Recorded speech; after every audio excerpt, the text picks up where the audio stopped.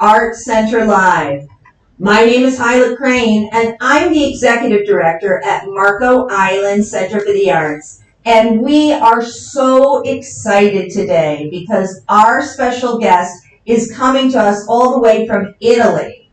I would like to take a moment and introduce our guest, Ms. Ada Sguazzo, and please, I hope I'm pronouncing your name okay, who manages the foreign trade for Podere Conca, which is vineyards in Bulgaria, Italy. And we are thrilled that Ada is going to be joining us for our second annual wine tasting and auction, which will take place next Thursday, March 31st at 6 o'clock, right here at the Marco Island Center for the Arts, tented out in our parking lot, two beautiful tents, wonderful live auction, silent auction, and the part I'm excited about is the opportunity to taste these wonderful, wonderful wines. There are only 3 tickets remaining to the event. So if you're interested, you will need to call the Art Center. Now, Ada, we are so excited. I know you're going to be flying over on Monday. Can you tell me a little bit about the wines that you're going to be pouring that our guests are going to be able to enjoy? Yes, sure. Good afternoon, everybody. And I'm very happy to be here. And thank you very much for the opportunity. I'm very excited, sorry for my English, to be participating to this second annual event at Marco Island Center of Art and pour my wines. For us is really, really beautiful.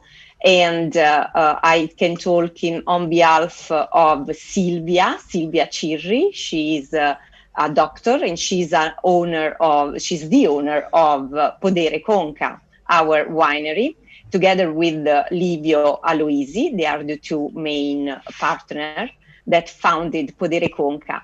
We have actually a very recent history in producing wines. We were born in 2014, so for us is quite recent, but we managed to grow in our 7 hectares today vineyards of some important grape varietals of our region.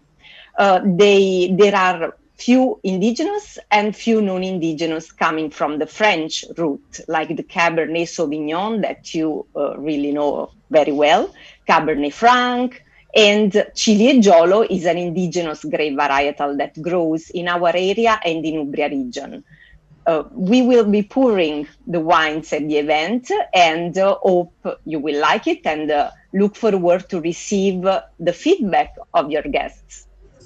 Now, can you tell me how many wines are you going to be pouring? Because I noted, I did do a little research on the vineyard, and I was able to look at 3 wines, 2 reds and a white.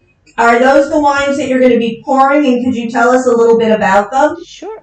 Absolutely, yes. So we actually were born with 2 wines, a Leboro, the white wine, it's a super Tuscan white, and Agapanto, the red Bolgheri DOC. Plus, we have introduced a 3rd wine a few years ago. The project was coming from 3 years ago, but actually on the market only last year.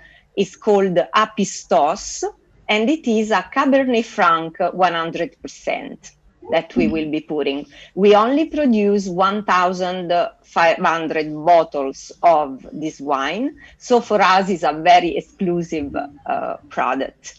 And we just launched it. Like I said, the 2019 vintage is our first vintage. So as you can see, we are pretty new, but hopefully promising. And stepping back to the white, Eleboro is a name of a flower, Eleborus, that we call it like a winter flower. It's a very resistant flower, and that it blossoms in winter time and stay throughout the year.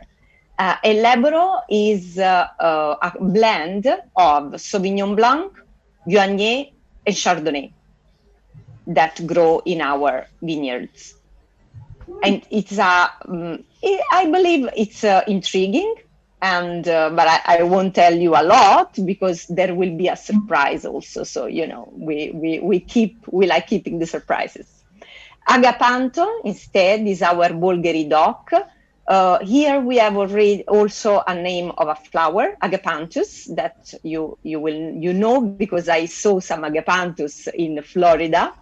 And I was really happy to find them. Usually you have them in white, in purple, and in different colors. And we choose the deep purple color because it's a flower that grows in our property. In fact, the mother of Silvia, she loved very much flowers, and Silvia kept the tradition in the house. And actually, we named the wines with the flower name in good memory in respect of Silvia's mother. Yes, Agapanto is a blend of Cabernet Sauvignon, Cabernet Franc, and the Ciliegiolo indigenous grape varietal. This is a very distinctive wine, in our opinion, actually in the opinion of people that love our wines, because it's the only one in the appellation Bulgari DOC with the Ciliegiolo inside. Usually you have a Bordeaux blend with a Cab Sauvignon and a Merlot, Cab Franc Sauvignon, some Petit Verdot. We decided to dare using the Ciliegiolo for the first time. And then you will tell us what you think about the taste after when you will taste the wines, actually. Well, we're excited that we're going to be able to give feedback, and I know that, obviously this is a fairly exclusive wine, but I do know people who are attending. Well, the Art Center clearly does not sell wine. Arrangements are being made so that you can purchase wine from these vineyards, and there will be a way that you can purchase it and pick it up someplace else. So this is going to be a really special opportunity, both getting to meet the people from the vineyards. We have two, as he said, last week we had Chris Zazo from Hailstone Vineyards, as well as this week on Tuesday, Stu Lerner from Lerner Projects, both coming from California, and now, of course, Ada coming and representing Podere Conca. So you've implied that the first vintage came out in 2019. When did the vineyard start? You've spoken of the people who are your founders. When did this start? And sort of give me a little bit about the history. Absolutely, yes. Well, the first vintage of Apistos, our third wine, is 2019. The first vintage of the Bulgari DOC Agapanto was 2015, while El Leboro 2016. Nowadays, we have the full range, the three wines, but we also have a new one coming for next occasion that will be our fourth wine, a Cabernet Sauvignon 100%. So to be a little more distinctive as well. The winery actually was born from the idea of Silvia and Livio. Silvia and Livio are friends of childhood. They grew up together, and they used to meet in this beautiful land in Bulgari area in Tuscany, when in summertime they used to go there with their families. So they are very, very close friends, like in brotherhood friends. And they decided to give birth to the winery, thanks to the will of Silvia, of both of them actually, to build something for themselves, to have good products, and also to follow to the property of Silvia, that is a property producing extra virgin olive oil. In fact, I put the image of our vineyard to show you our olive oil trees beside the vineyards. As you can see, there are some lines of trees, of olive trees, and the vineyards all around the property, that is the house at my back, and the Via Bolgherese, where you can see all the trees, and then the bush and the mountains at the very back. It's just, Instead, ahead, there is the sea. Yes. it is so beautiful. We here in South Florida think we live in paradise, but of course, being that close to the coast in Italy, it is absolutely gorgeous. And not only would I want to try the wines, I would want to go there and be in that house to try the wines.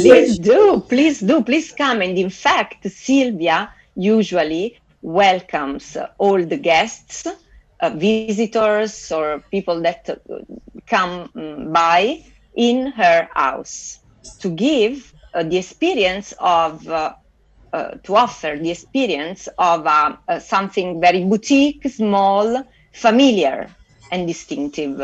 I add, because I really appreciate the Silvia, the lady that owns the winery, and expose her project very much.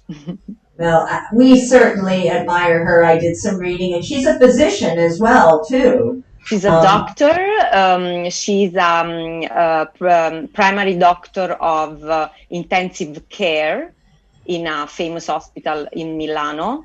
And so she has been really busy during the COVID time as well. She really would love to come one day to visit. She knows really well Florida. She has been to Naples several times in the past.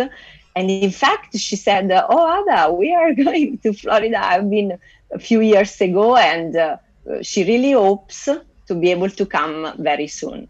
Well, the Art Center will always open our doors to her in the same way. Now, I noted that one of the things on the website talks about the philosophy. Can you talk a little bit about the philosophy of the vineyards and a couple of the tenets, the things that both Celia and the other people who have made this possible, the things that are important to them? Because I've seen variations as I've talked to different people at different wineries.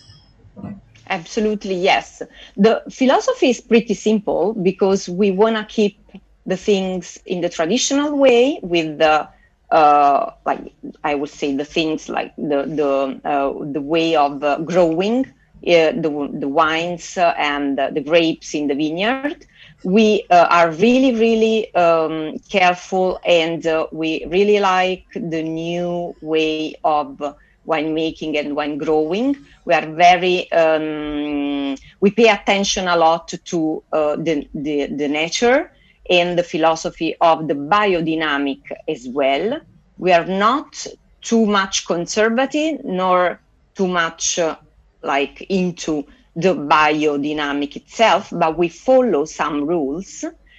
We help let's say, for example, the insects to make the naturally integrated pest. So we help the nature to work in harmony with the nature. So the the flies, and so the good bugs. We actually help to establish a good natural way of making products to our land. So the land helps us giving great products, hopefully, and we try to help respecting the terroir. We don't use any chemicals. We are really careful. We are organic certified, and we actually apply the methods that are very contemporary to the winery. So this is what we do, and we try to put ourselves in everything we do.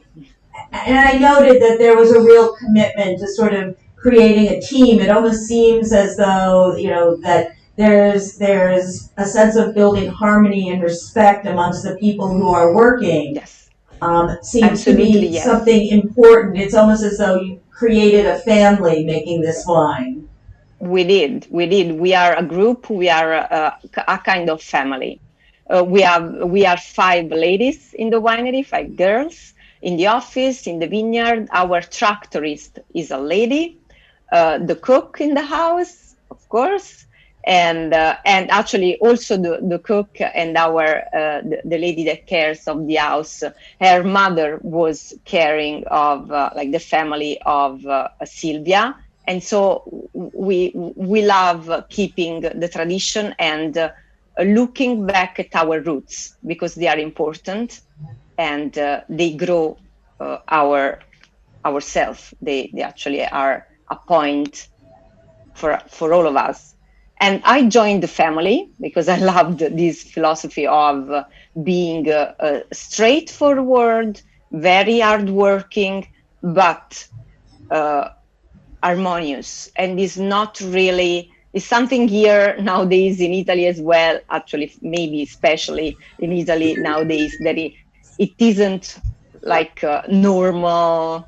I'd say, I don't have the right name in English in this moment, but it isn't something that is granted. So, to live in harmony and to be all together and respectful, it's not for granted. No, we don't take that for granted here in the United States either. These are times where things can be divisive. They certainly can, but don't we all hope for a world where we can live in peace and harmony with each other, and where working together in collaboration can make things Absolutely. Even better for all of us. I think it's a wonderful philosophy. And of course, there's also a huge commitment on the part of everyone in the winery to strive towards quality and to strive towards excellence, which I had noted as well too. Sorry. Go ahead. No, what you were saying? And I add, to finish, the winemaker and the agronomist are ladies as well. Well, we know a business being run by women is going to be a place that's very special and will certainly get things done. In fact, my whole staff is women, and you'll meet them all when you come here to the Marco Island Center for the Arts, and they are my A-team. We couldn't do what we do if we didn't have us all together as our own little art center family, as it were. Now, I wanted to also ask you, though, about Divino Italy, because I know while you manage the foreign trade for Podere Conca, that you are the founder of Divino Italy. So what is that? Yes, actually, Divino is pretty simple here as well, because I actually was born in the wine trade while studying and while managing a wine bar and wine shop in Edinburgh, Scotland. I did it for a few years. I had friends there. I had a good time of my youth, I would say. And then I came back to Italy and I moved to Bordeaux to study wine and marketing. Went back to Italy. I really, really, really wanted to promote the best of the wines I could taste throughout the world and worldwide. So I started selecting a few products and few wineries that I knew, where the owners were, let's say, friends or people I admired, and I liked their way and their philosophy again. And I create a group of small wineries, mostly organic, biodynamic, working with certain criteria, very small production, but limited quantity that could go around the world for people that loved to taste something different. And I used to work around it for a few years. This is my 12th year in the business. And this is why I came to meet Silvia and Podere Conca as well. Ah, okay. That makes sense, where the connection came in. Now, yeah. Ada, I have one question that I always seem to ask everybody, because just being curious. You obviously have been working in the wine business for a while, but who or what has been a major influence on your career? Well, actually, since I was a little girl, I used to make the harvest for my family, in my uncle's vineyards, like really, really family little business. So I grew up around wines. I wasn't a big drinker. That saved me to drink more when I grew up, so I could save some space for good wines. And I started studying wines, and then, of course, in the business with the wine shop, with this challenge I took in the United Kingdom, and then back to Italy, also here in Milano. I also have a wine shop in Milano, where there are my partners that follow it while I try to travel around for the wines and to promote the wines. Then I joined the Women of Wine Association that today is around the world. We were born in Italy in the 70s, actually. And I joined the group, and in fact, one of the most influencer for the career was Maria Pia Berlucchi of a winery in Franciacorta that produces spumante. Berlucchi is very popular in Italy, and she was really probably the first or the second woman that became expert manager for her winery. So she used to travel in the first 80s and late 70s and 80s to promote wine, when probably this was a man job most of all, because it's quite tough to be on the go with your suitcase every time, and the wines that aren't small. The wine is not like a pen drive that you can take everywhere. You need to organize far ahead the tasting, the delivery, and it's a little more complex, very challenging, and beautiful. Well, and studying, yes. Madame Clicquot, of course. Madame Clicquot, she was the first woman in wine.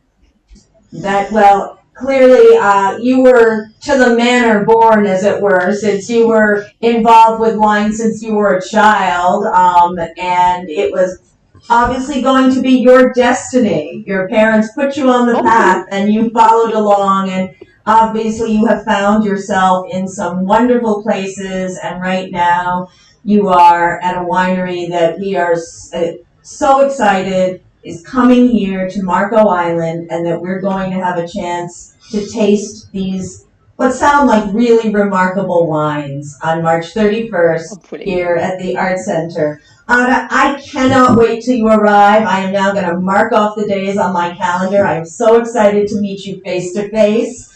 Yes. I just want to let people know, as I said before, there are only 3 tickets left for the event. So if you're interested, you would need to give us a call. However, if you want to volunteer for the event, you can give me a call on Monday. Just call 239-394-4221. Ask to speak to Hyla, or go online to our website and send a message to info@marcoislandart.org, and we will find a place for you in our volunteer roster. Now, I've talked about the wineries that are going to be there. As I said, Hailstone Vineyards, the Lerner Project, the Podere Conca, but there is also going to be extraordinary food. And I would be remiss if I didn't take a moment to, thank our amazing sponsor, the Carvelli Restaurant Group. If you're here on Marco, you know that they are the proprietors of Da Vinci's, the Oyster Society, Marco Prime, and now the historic Snook Inn. And every one of those restaurants will be represented here at the 2nd annual wine tasting and auction. It's going to be, everything is going to be delicious. It's going to be wonderful to be pairing the food, the wine, there are going to be, well, extraordinary, unique, and exceptional wines at auction, wines that you couldn't get anyplace else. They're coming from people's personal collections, a beautiful silent auction. It is going to be a night to remember. Well, Ada, thank you again. I will see you in less than a week. And to my friends out there, I talked today about my staff, and we really are a family together. And we want all of you to know, when you come into the Markham Island Center for the Arts, you become part of our art family. And we work every day in every way to be your art home. We'll see you soon. Bye-bye, everybody.